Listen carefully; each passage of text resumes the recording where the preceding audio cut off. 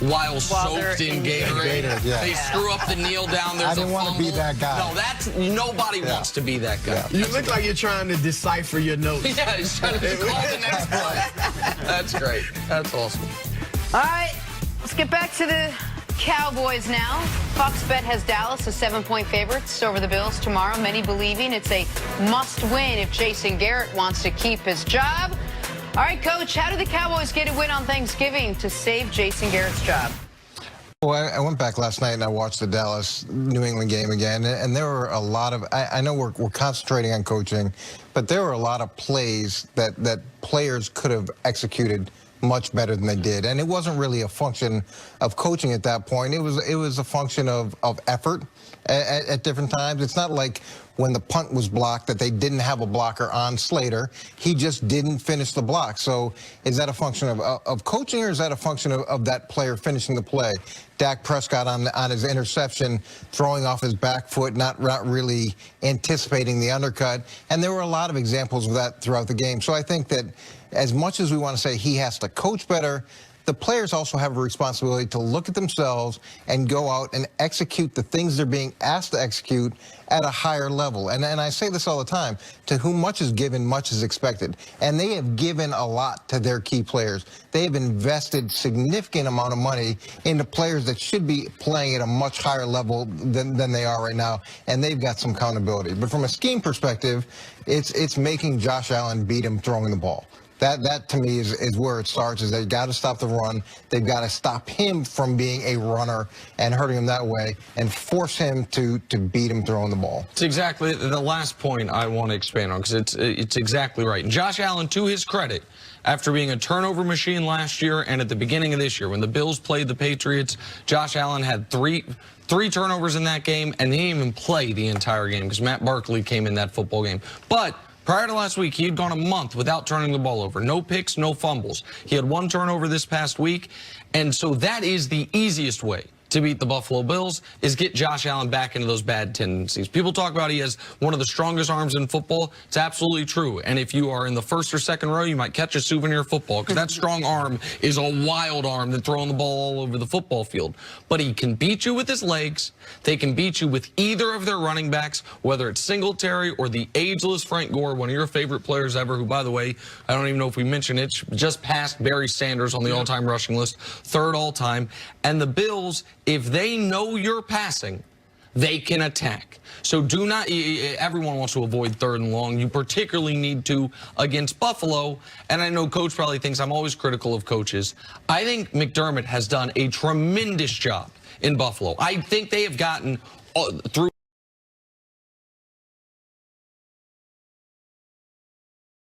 11 games all the juice out of the berry. Aside from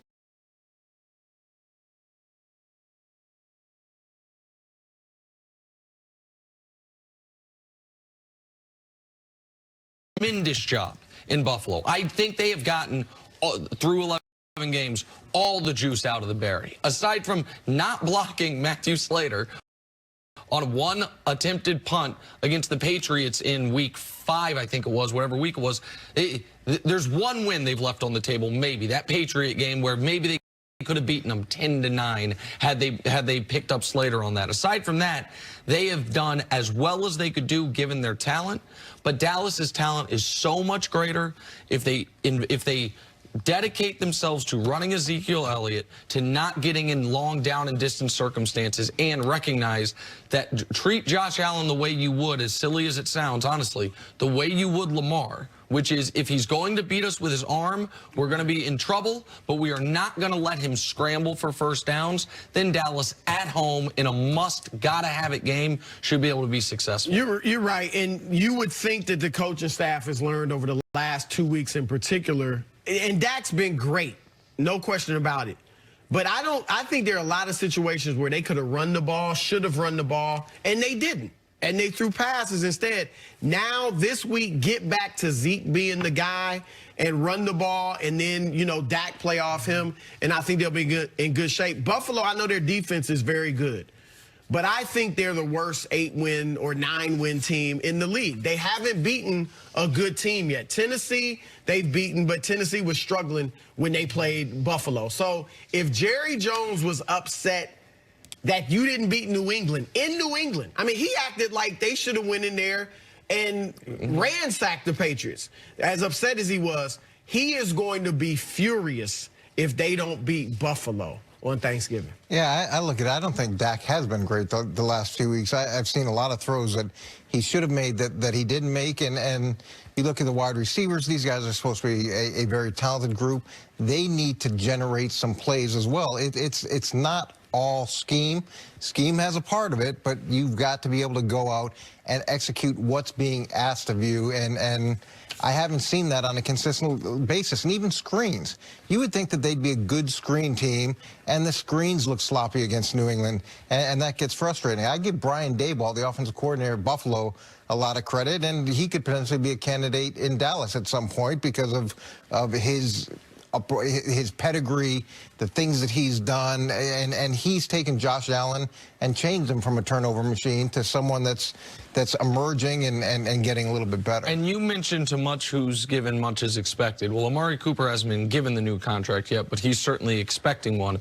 Amari Cooper was erased by Stephon Gilmore. Absolutely. And I know Gilmore's the best in the league at what he does, but I thought Troy on the broadcast made a great point. He's like, man, when we had Michael against Deion, he's like, I had to trust Michael knowing he's not going to win them all. That Deion's going to win some, Michael's going to win some.